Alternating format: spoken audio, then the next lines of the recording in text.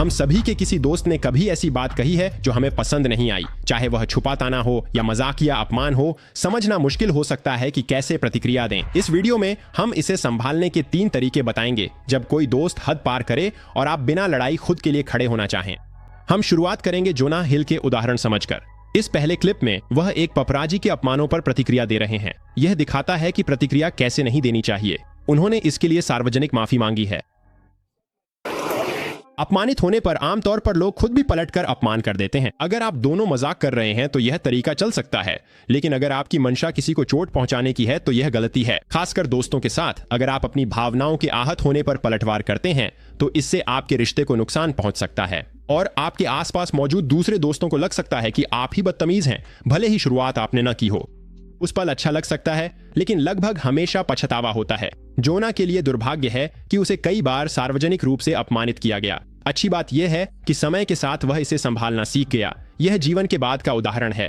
लेकिन क्या अब भी आपको मोटा आदमी ही माना जाता है जब आप किसी पार्टी या कहीं भी जाते हैं? अब जोना की प्रतिक्रिया देखें। यह आज की सबसे अच्छी प्रतिक्रिया नहीं है, लेकिन आप इसमें सुधार देख सकते हैं। क्या आप हॉलीवुड में मोटे आदमी के लिए जाने जाते हैं? या फिर सब लोग आपको देखकर कहते हैं, वाह ये तो कमाल है, अब आप स्वस्थ हैं? क्या आपके पास कोई और सवाल है जो समझदारी भरा हो? मेरे पास एक सवाल है, क्योंकि आप अटलांटा में हैं।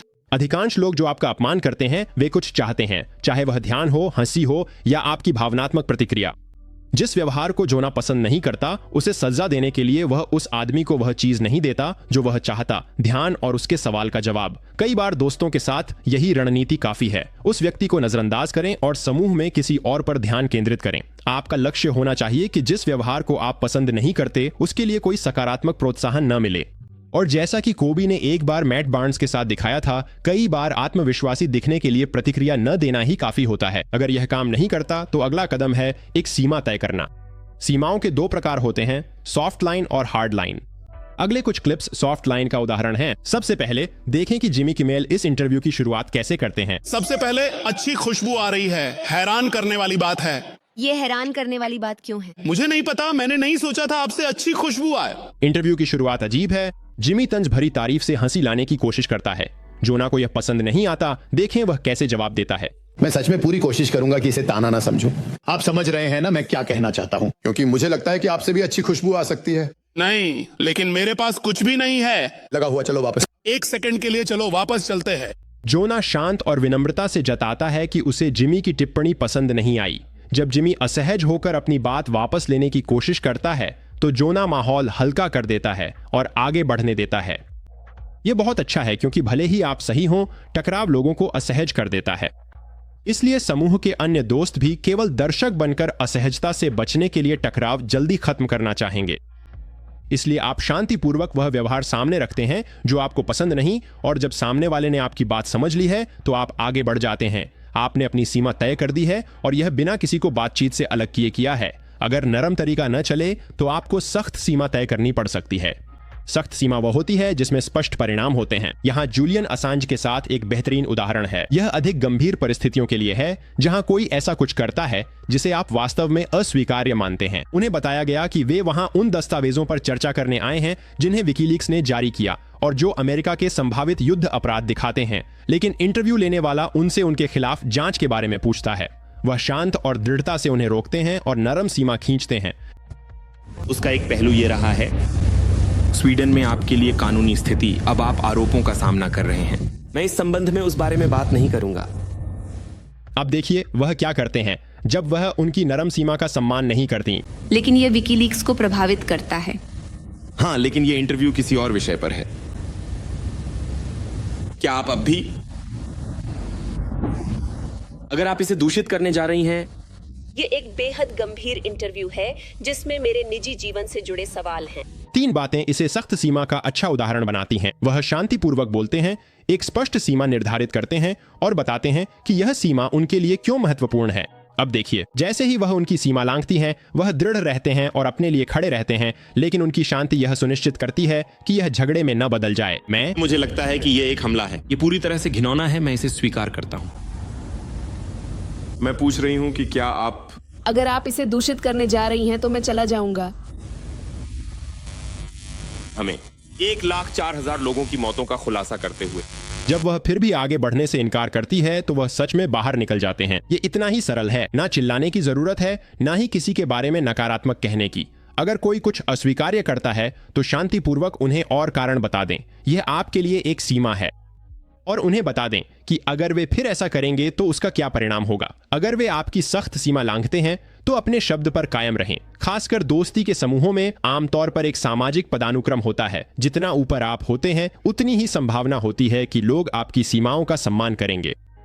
अगर आपको लगता है कि आपके दोस्त आपकी सीमाओं का सम्मान नहीं करेंगे तो हमारा वीडियो तुरंत सम्मान पाने के 6 मनोवैज्ञानिक तरीके देखना आपके लिए फायदेमंद हो सकता है। आप इसे विवरण और वीडियो के अंत में पा सकते हैं। अब उन स्थितियों का क्या करें जब आप नाराज नहीं हैं और किसी संभावित आपत्तिजनक टिप्पणी को मजाक में बदलना चाहते हैं। आप 3 त्वरित चीजें कर सकते हैं। पहला है मजाक मस्ती। इसे अच्छी तरह करने के लिए कुछ सुझावों के लिए यहाँ जे लेनो और लुइसी.k का त्वरित उदाहरण है। ये बिना अपमान कह पाऊंगा। हाँ, आप पृथ्वी ग्रह पर सबसे अजीब दिखने वाले व्यक्ति हैं। धन्यवाद। इससे मेरा कोई अपमान नहीं होता कि बहुत दयालु है। हंसना और धन्यवाद कहना आत्मविश्वास दिखाने का तरीका है और यह भी कि अपमान से आप विचलित नहीं होते। अब देखिए जय क्या करता है। इसका मतलब नकारात्मक नहीं है, बिल्कुल नहीं। ये कोई ऐसा व्यक्ति नहीं है जिसका मैं वर्णन नहीं कर सकता। बस मेरे सिर पर बहुत बाल हैं, यही मैं बता रहा हूँ। हाँ, बिल्कुल।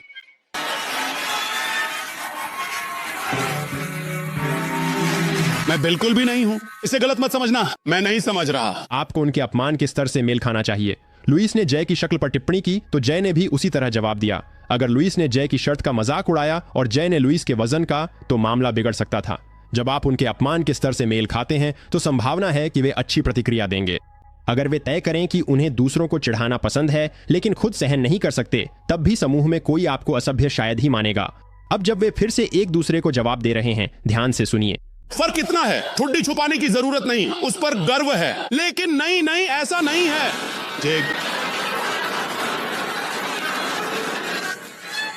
जे, अगर तुम मशहूर नहीं होते और तुमने बैंक लूटा होता और कोई आदमी तुम्हारा हुलिया पुलिस स्केच आर्टिस्ट को बता रहा होता तो वह कहता, नहीं सच में वो दिखता कैसा था। दोनों ने एक दूसरे को 2 बार चिढ़ाया, अपमान का स्तर मिलाया, दोनों हंसे, कोई नाराज नहीं हुआ। यही आपका लक्ष्य होना चाहिए। अगर कोई कुछ ऐसा कहता है जो आपत्तिजनक हो सकता है और आप मजाकिया रहना चाहते हैं लेकिन आप खुद कुछ आपत्तिजनक कहने में सहज नहीं हैं, या फिर आपको कोई समझदारी भरी बात ही सूझ नहीं रही हो, तो आप एक और तरीका अपना सकते हैं, नकली बुरा मानना। उदाहरण के लिए यहाँ एन हैथवे के साथ एक क्लिप है। आपने इस शेप में आने के लिए कितना वजन कम किया है? आपने मुझसे ये सवाल अभी सच में पूछ लिया। वो सवाल? क्या बात है, कितने बेबाक हो आप। हे भगवान, कितना वजन। मैं ये नहीं कह रहा कि आपको वजन कम करने की जरूरत थी। वो बुरा मानने का नाटक करती हैं लेकिन बड़ी मुस्कान और दिखावटी चेहरे से इशारा कर देती हैं कि ये असली नहीं है। ये दिखाता है कि आपके अंदर इतना आत्मविश्वास है कि आप आसानी से बुरा नहीं मानते और इसके लिए जे लेनो जैसे फुर्तीले जवाबों की जरूरत नहीं होती। जब वह उनके इशारों को नहीं समझता तो वह उसे साफ बता देती हैं।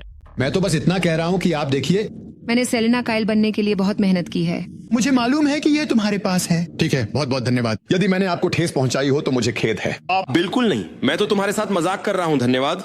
देन यदि आप पाते हैं कि आपके पास कहने के लिए कुछ भी नहीं है तो जब कोई आपका अपमान करने की कोशिश करता है तो केवल सचमुच हंस देना ही आत्मविश्वास व्यक्त करने के लिए पर्याप्त है। कुछ लोगों को वह पसंद नहीं है लेकिन ब्रैंडन चॉब इस काम को बहुत अच्छी तरह करते हैं। भाई, मुझे नहीं लगता कि बहुत से भारतीय बच्चे तुम्हें देखकर कहेंगे कि मैं भी ऐसा बनना चाहता हूँ। समझ रहे हो ना? जब मैं बड़ा हो जाऊं तो मैं फ्रेंच पॉल बुनियन जैसा दिखना चाहता हूँ। समझ रहे हो मैं क्या कह रहा हूँ? French Paul Bunyan? हाँ, तुम ऐसे दिखते हो। मैं फ्रेंच क्यों हूँ भाई? तुम ऐसे लगते हो जैसे पॉल बुनियन ने बस सारा दिन शैंपेन पी हो और कभी भी जंगल में काम न किया हो। जब लोग उन पर तंज कसते हैं, उनका हंसने का हुनर ही वजह है कि वे थियो वॉन और जो रोगन जैसे कॉमेडियनों के साथ अच्छी बनती है। इसी वजह से MMA के बाद भी वे सफल करियर बना पाए।